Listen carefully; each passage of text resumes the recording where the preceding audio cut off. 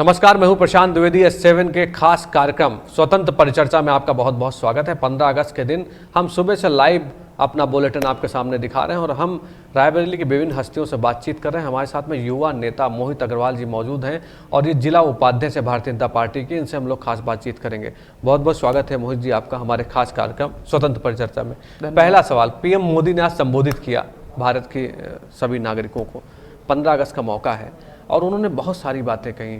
सबसे पहले तो उन्होंने डिजिटल इंडिया की बात कही कि इस कोरोना काल में डिजिटल इंडिया का बहुत बड़ा महत्वपूर्ण योगदान था। आप भारतीय जनता पार्टी के वरिष्ठ नेता हैं और आपने ज़मीनी स्तर पे बहुत सारे काम किए। कैसे देखते हैं डिजिटल इंडिया के बारे में? डिजिटल इंडिया मोदी जी ने जिस दिन शपथ ग्रहण किया था अपना, जी उसी दिन से उनका लक्ष्य था डिजिटल इंडिया का। लगातार वो डिजिटल इंडिया पे उन्होंने काम किया। आज की डेट में आप देख रहे हैं कि हर चीज डिजिटल है।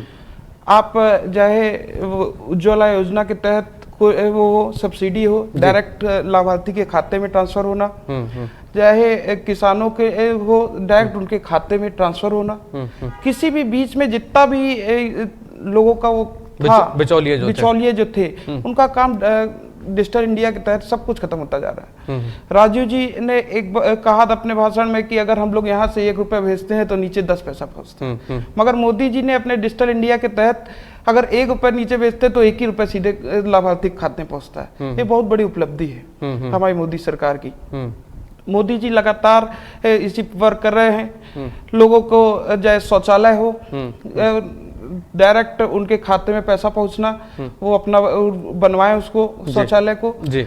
और जितनी भी योजनाएं हैं मोदी जी ने डिजिटल इसीलिए किया। आज इतनी बड़ी वैश्विक महामारी हुई और हमारे 3 महीने लगभग पूरा लॉकडाउन रहा, मगर एक भी चीज की हम लोगों को दिक्कतें नहीं हुई। क्यों? क्योंकि हम पूरा डिजिटल युग में आ चुके थे।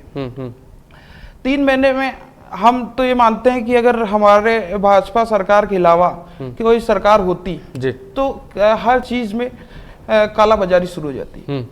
भाजपा सरकार की ये बहुत बड़ी उपलब्धि है कि 3 महीने में चाहे दाल हो, चाहे चावल हो या कोई भी उपयोगी सामान हो, किसी चीज की आदमी को जरूरत हुई तो वो उसको मिली। किसी कहीं वो ये नहीं हुआ कि माल मार्केट में माल नहीं है या कुछ नहीं है, सब चीज, जबकि पूरा भारत बंद था मगर कहीं भी किसी भी सामान की कमी किसी को महसूस होने नहीं थी। सब्जी आम समय में आदमी को कम जितना होता था मिलती थी, उससे ज्यादा लॉकडाउन के समय में आपको ताजी सब्जी मिली। क्यों? क्योंकि इतनी अच्छी व्यवस्था की थी मोदी जी ने, इतनी अच्छी योजना बनाई इस लॉकडाउन में कि सबके घर घर सब कुछ पहुंचाया। जी जी जी।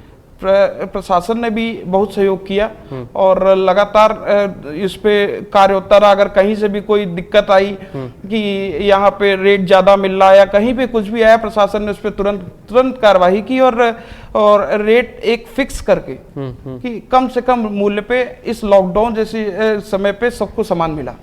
तो ये हमारी भाजपा की बहुत बड़ी उपलब्धि है और मोदी जी की बहुत बड़ी उपलब्धि है। मोदी जी लगातार जिस दिन से वो प्रधानमंत्री पद की शपथ ग्रहण किए उस दिन से लगातार वो अपने किसी न किसी एक भी दिन वो बैठे नहीं, किसी न किसी कार्य में जुटे हुए हैं, चाहे वो स्वच्छता हो। आपने देखा कि स्वच्छता अभियान जो चला हमारा जी, स्वच्छता अभियान में हर वर्ग के आदमी ने सहयोग किया।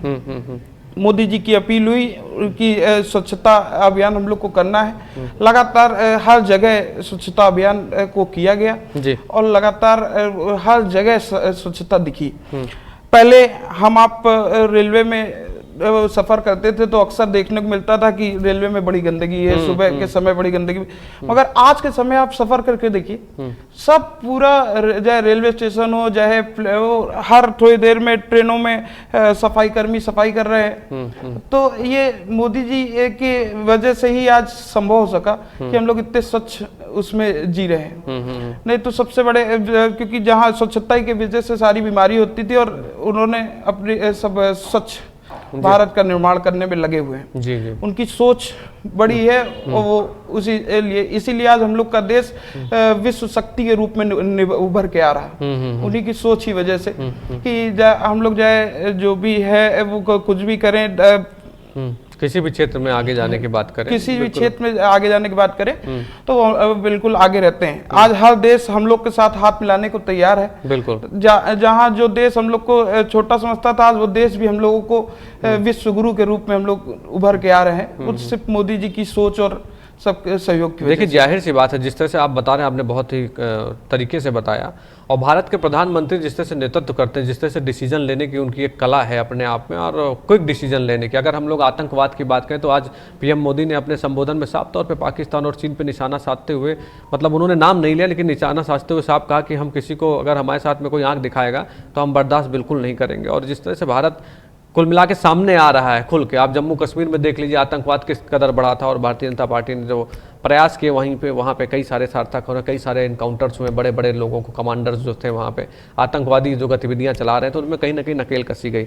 इस आतंकवाद को कैसे देखते हैं, भारतीय जनता पार्टी के प्रयास के बारे में क्या कहेंगे आप? अब आतंकवाद तो जो उसका गढ़ था उसी को खत्म कर दिया मोदी जी ने जी। पाकिस्तान सबसे ज्यादा इसमें हम लोग को आंखें दिखाता था, और आज पाकिस्तान को पूरी दुनिया आंखें दिखा रही।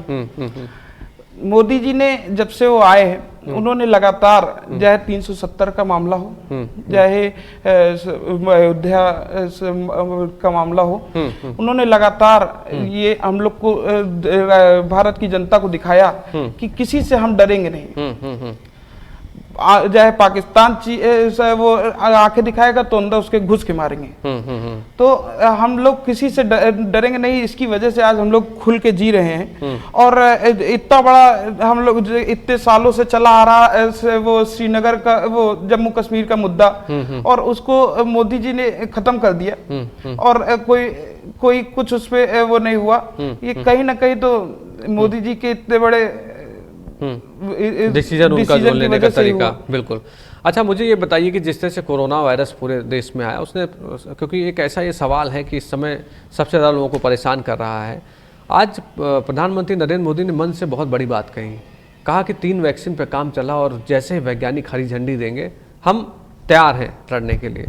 और जिस तरह से वो संबोधित कर रहे थे, जिस तरह से जनता से उन्होंने अपील की थी, 3 महीने का लॉकडाउन हुआ तो कहीं ना कहीं चीज़ें सुधरी, हम तैयार हुए। हमारे पास में, जैसे पीएम मोदी ने कहा कि पहले हम विदेश से, बाहर से मास्क मंगाते थे, बाहर से कई सारे सामान, पीपीई किट मंगवाते थे। आज भारत खुद विकासशील हो गया है, खुद आत्मनिर्भर वाली अगर बात कहें तो आज हमारे यहाँ मास्क भी अवेलेबल हैं भारी संख्या में। हमारे पास सैनिटाइजर की व्यवस्था है, पीपीई किट की व्यवस्था है, जो डॉक्टरों को सबसे ज़्यादा बचाव के तौर पे देखती है। तो मतलब इतने बड़े बड़े फैसले लिए गए और एक तैयारी के साथ में, मतलब कहीं से कोई घबराहट नहीं दिखाई पड़ी। और भारत के लोग बहुत शक्तिशाली, इसमें कोई दो राय नहीं है। भारत के लोग जो है उनके अंदर पेशेंस लेवल बहुत बड़ा है, वो किसी भी कठिनाई का सामना करने के लिए तैयार रहते हैं। कैसे देखते हैं आप इस तैयारी के बारे में, क्या कहना आपका? ये तो सच्चाई है कि हम लोग जिस समय ये वैश्विक महामारी आई, किसी को बिल्कुल भी अंदाजा नहीं था कि ये इतना बड़ा बीमारी उभर के आएगी। और किसी ने सोचा भी नहीं होगा कि हमको कभी मास्क लगाना पड़ेगा, सैनिटाइजर यूज करना पड़ेगा। किसी नहीं, जैसे कोई चीज होती है कि चलो ठीक है पहले से बन रही है, इस पे तो कोई ना किसी की तैयारी थी ना कुछ था, एकदम से बीमारी आई। मगर मोदी जी ने इतना अच्छा उस पर कार्य किया कि आज की डेट में हम जो सामान बाहर से मंगाते थे, सारी चीजें, चाहे वो मास्क हो, चाहे सैनिटाइजर हो, चाहे पीपीई किट हो, या कोई भी चीज हो, वो सब हम अपने देश के अंदर खुद बना रहे हैं। और जितनी जरूरत है उससे ज्यादा पूरा बन रहा है कि हमको कहीं भी उसकी कमी नहीं महसूस हो रही। किसी ने तो सोचा नहीं था कि इतनी बड़ी बीमारी, तो उसका सब लगातार दिन पे दिन उसको अपडेट करके चीजें हो रही। तो ये तो है कि सार्थक प्रयास है।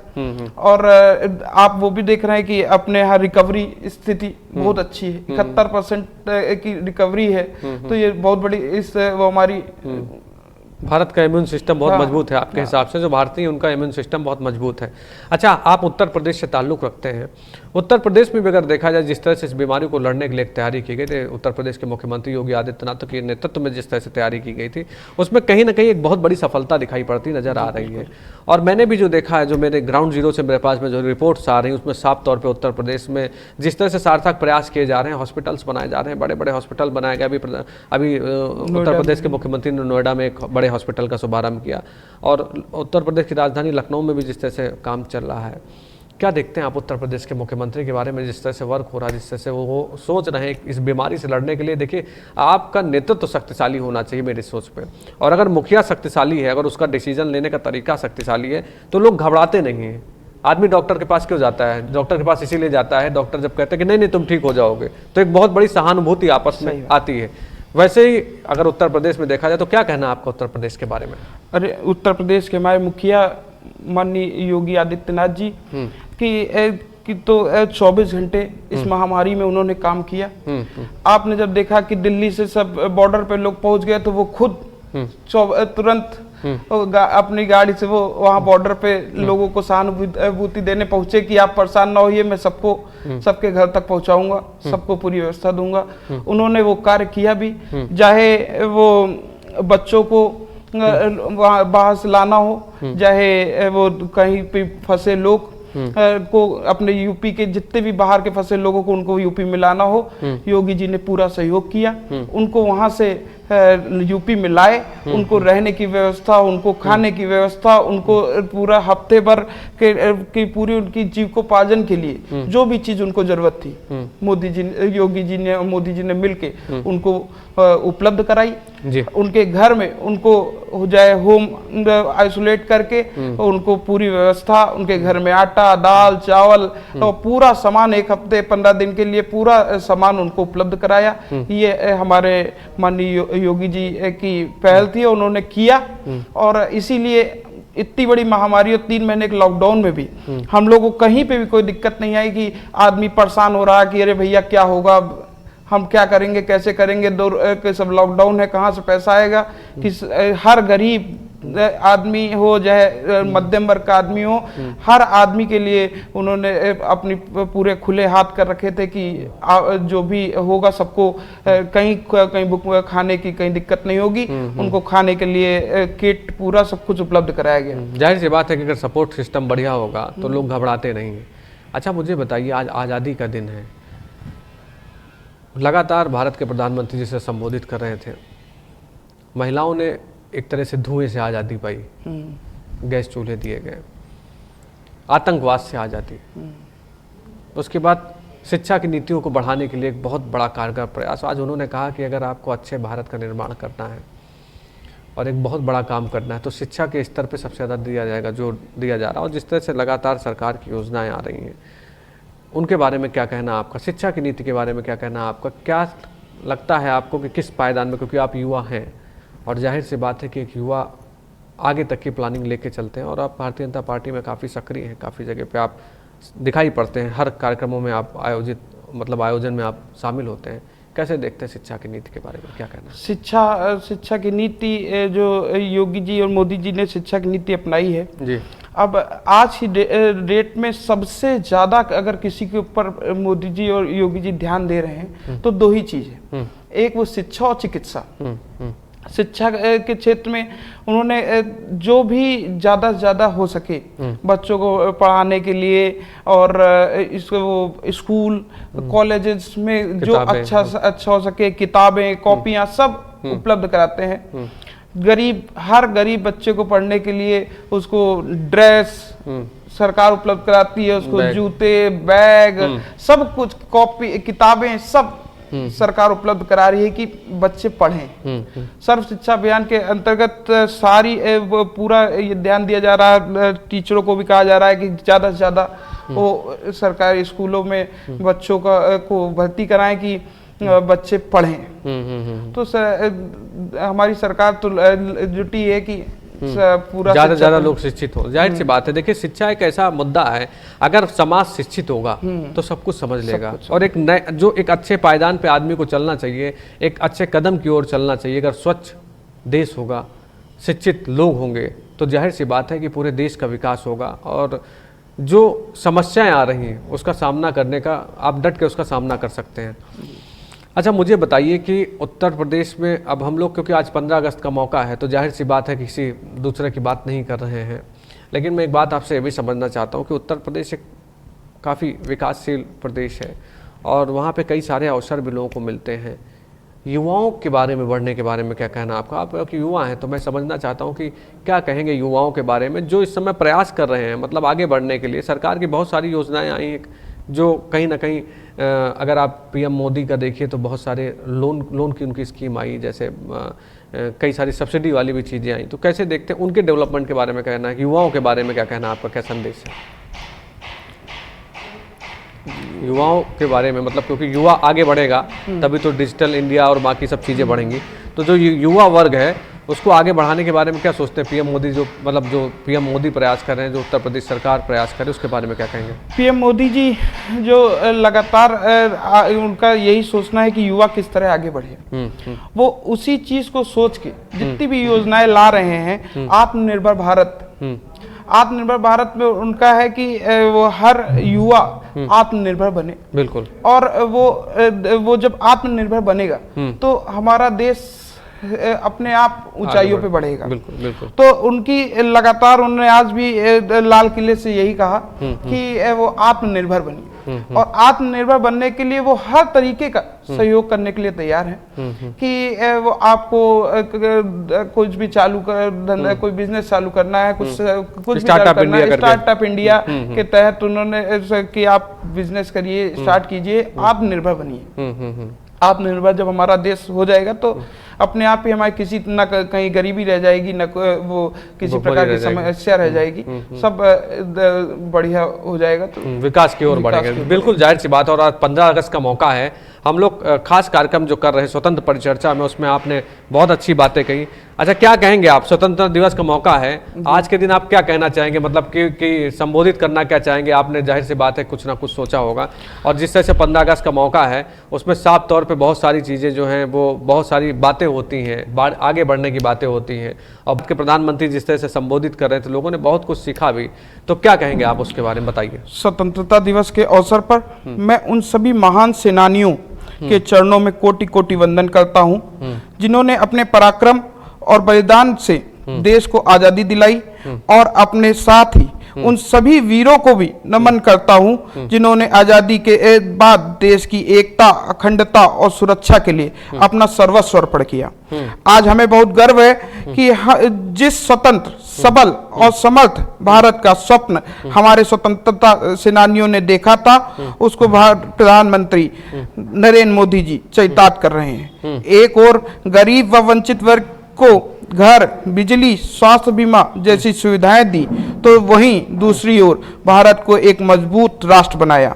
आइए इस स्वतंत्रता दिवस पर हम प्रधानमंत्री श्री नरेंद्र मोदी जी के आत्मनिर्भर भारत के स्वप्न को पूर्ण करने का संकल्प लें और भारत में निर्मित स्वदेशी चीजों का अधिक से अधिक उपयोग कर देश को नई ऊंचाइयों तक ले जाने में अपना सर्वोच्च योगदान दें। चलिए, बहुत बढ़िया मोहित जी, आपका बहुत बहुत धन्यवाद है कि आप हमारे इस खास कार्यक्रम स्वतंत्र परिचर्चा में आए और आपने साफ तौर पे जो बातें बताई, जो भारत सरकार की योजनाएं बताई, ईश्वर आपको और शक्ति दे, आप उसको आगे बढ़ाएं और आपके उज्जवल भविष्य की मैं कामना करता हूं और बहुत बहुत शुभकामनाएं आपको देता हूं 15 अगस्त के मौके पर कि आप आगे बढ़ें और जो भी योजनाएं आ रही हैं उनको भी आगे बढ़ाएं। बहुत बहुत धन्यवाद आपका।